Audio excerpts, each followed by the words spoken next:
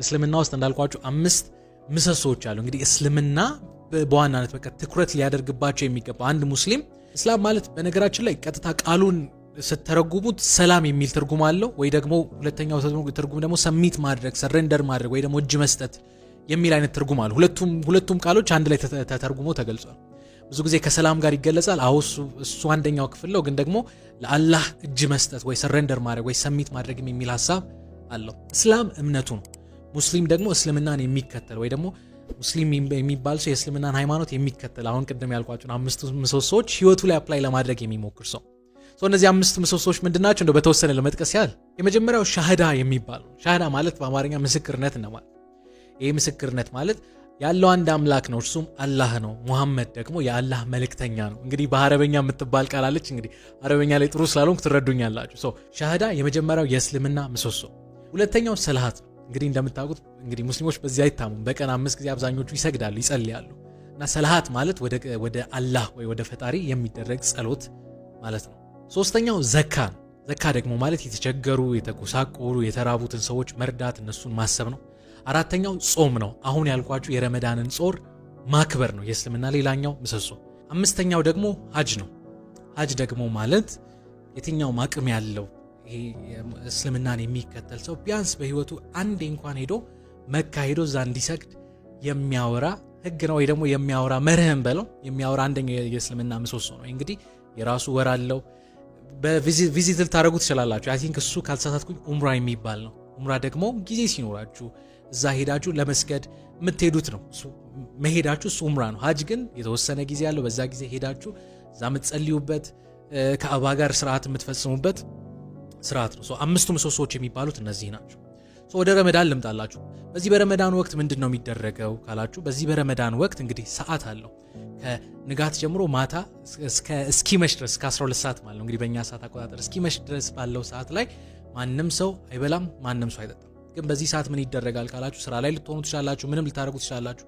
በዚህ ጊዜ መጾም ግዴታ ነው። መጾም ግን ብቻ አይደለም፣ መጾም ብቻውን ዋጋ የለውም። ከጾም ጋር ሰልሃት ወይ ደግሞ ጸሎት ያስፈልጋል። እንግዲህ በቀን እንዳልኳችሁ በአንድ ቀን ውስጥ ወይ በ24 ሰዓት ውስጥ 5 ጊዜ ስግደት አለ። ከነዚህ ስግደቶች እንግዲህ የሚቻላቸውን ያህል እንዲሰግዱ ይሄ ህግ ነው። ሌላኛው ደግሞ ሰዎች ተሰብስበው ህብረት እንዲያደርጉ፣ ይሄኛው እንግዲህ የረመዳን ወር አንደኛው ፕሪንሲፕል። በዚህ በጾም ጊዜ ሰዎች ተሰብስበው ህብረት ያደርጋሉ። ኢቭን ይሄኛው በጾሙ ጋር ብቻ አይደለም። ማታ ልክ ጾሙ እንዳለቀ ሲያፈጥሩ ወይ ደግሞ አፍጥር የምትባለው ሰዓት ስትደርስ በዛይ ሰዓት ሰዎች ተሰብስበው አንድ ላይ እንዲበሉ እንግዲህ እንደ ባህል የሚነገር ነገር ነው። ደግሞም ስርዓትም ነው፣ መርህ ነው። ሰዎች ተሰብስበው ያፈጥራሉ፣ ሰዎች ተሰብስበው አንድ ላይ ይበላሉ። ግን እሱ ብቻ አይደለም።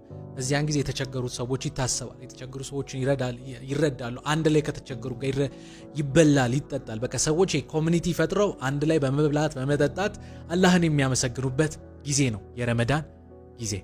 ግን ምናልባት ይሄን ምን አይሎቻችሁ እንደምታውቁ ባላቅም፣ ግን አፍጥር የሚባለውን ስርዓት እንግዲህ እኔ ካነበብኩት ተነስቼ ነው ይሄን ሐሳብ ምነግራችሁ። አብዛኛውን ጊዜ ይሄ ልክ ሰዓቱ ሲደርስ ሰዎች ምን ያደርጋሉ? ልክ ጾማቸውን የሚፈቱት ወይ ደግሞ ጾማቸውን ሲያፈጥሩ ቀጥታ ሄዶ ወደ ምግብ አይደለም የሚሄዱት። አብዛኞቹ እንግዲህ ይሄ ከነብዩ በተለይ ቀጥታ ነብዩ መሐመድ ሲያደርጉ የነበሩት ነገሮች ቀጥታ ኢምፕላይ የሚሞክሩ ሰዎች ምንድነው የሚያደርጉት? ልክ ሰዓቷ ስትደርስ ልክ የጸሎት ጥሪው ሲመጣ ቴምርና ውሃ ብቻ ነው የሚጠጡት። ከዛ ይሄዳሉ፣ ይሰግዳሉ። ከዛ ሲመለሱ አንድ ላይ ከሰዎች ጋር ተሰብስበው የአፍጥር ፕሮግራማቸው ወይ ደግሞ የአፍጥር ስርዓታቸውን ይቀጥላሉ። ይሄኛው እንግዲህ ብዙ አንደኛ ማያውቀው ስርዓት ነው። ሁለተኛ ብዙ ሰዎች ምን ይመስላቸዋል? ማታ ሙስሊሞች እየበሉ የሚያድሩ ይመስላቸዋል። ግን እየበሉ አይደለም የሚያድሩት። ይሄ ከመጋቷ በፊት ይሄ ከንጋት በፊት ማለት ልክ እንግዲህ በእኛ ንጋት 12 ሰዓት አይደል? ከ12 ሰዓት በፊት ይበላሉ። የራሱን የቻለ ስርዓት አለ። ልክ 12 ሰዓት ሲሆን እስከሚመሽ ድረስ ከቀጣዩ 12 ሰዓት ድረስ ግን ጾምን የመጠበቅ ግዴታ እንዳለባቸው እንግዲህ የተለያዩ አስተማሪዎች ሲያስተምሩ ሰምቻለሁ፣ እንዲሁም ካነበብኩት አግኝቻለሁና በዚህ ጊዜ እነዚህ ነገሮች ይደረጋሉ።